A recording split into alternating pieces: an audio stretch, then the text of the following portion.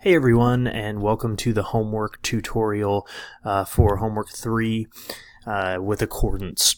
So you're going to see here a list of questions that are going to ask you a number of things about nominatives, genitives, datives, and a couple of accusatives. So, and then you'll have some questions on adjectives. We'll get there in a second. So what I want you to do here is open up your Logos. We're going to be working in Romans chapter 1.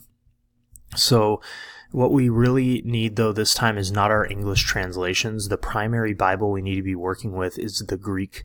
So we're going to go to the NA28 Greek New Testament. And as a parallel, we will open up the ESV. Okay. It should give you, that's just my list of recent open documents that you should be able to choose from all of your modern translations there. So I'm going to increase the font here so it's easier to see. Okay. And then we're going to be, like I said, working in Romans 1. So let's go ahead and travel there. So I typed in Romans 1 on verses. So here we are in Romans 1. Okay.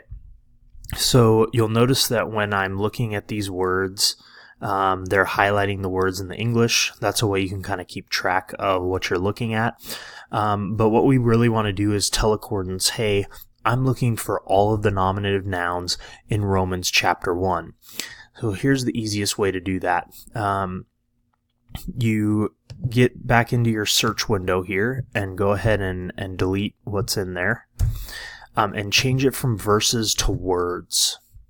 Okay, and then what you're going to want to do is go to search, enter tag, and you'll notice a list of a bunch of words that you've just been learning. Adjectives, adverbs, articles, and so on.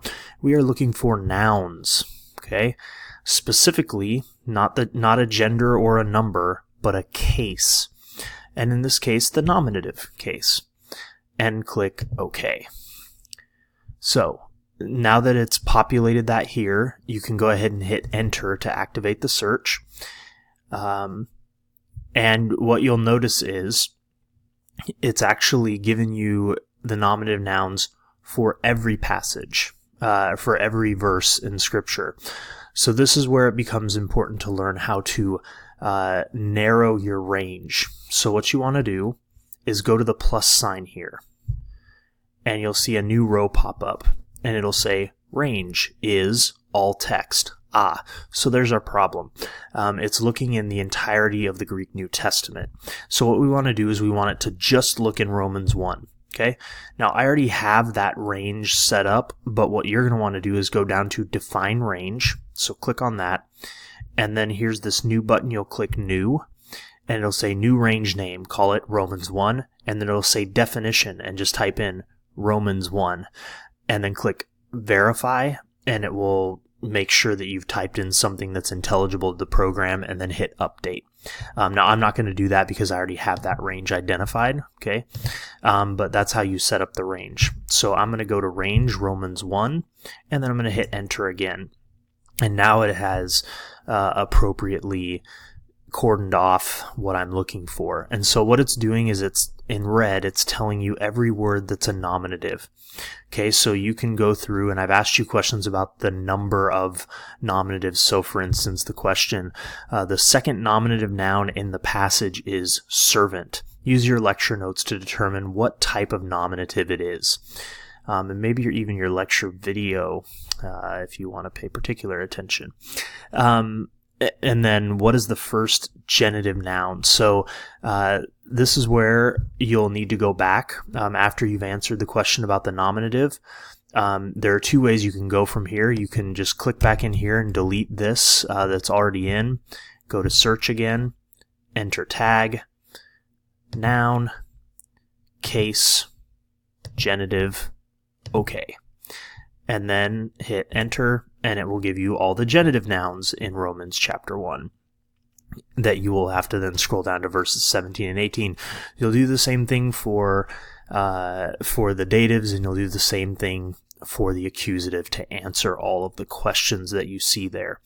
Okay, if you're particularly struggling with keeping the two parallel panes in order in your brain, feel free to turn on the interlinear, just so that you can see the English words, which right now it's just the Greek words, but you can add in the English translation with it so that you can see how it's being translated down here.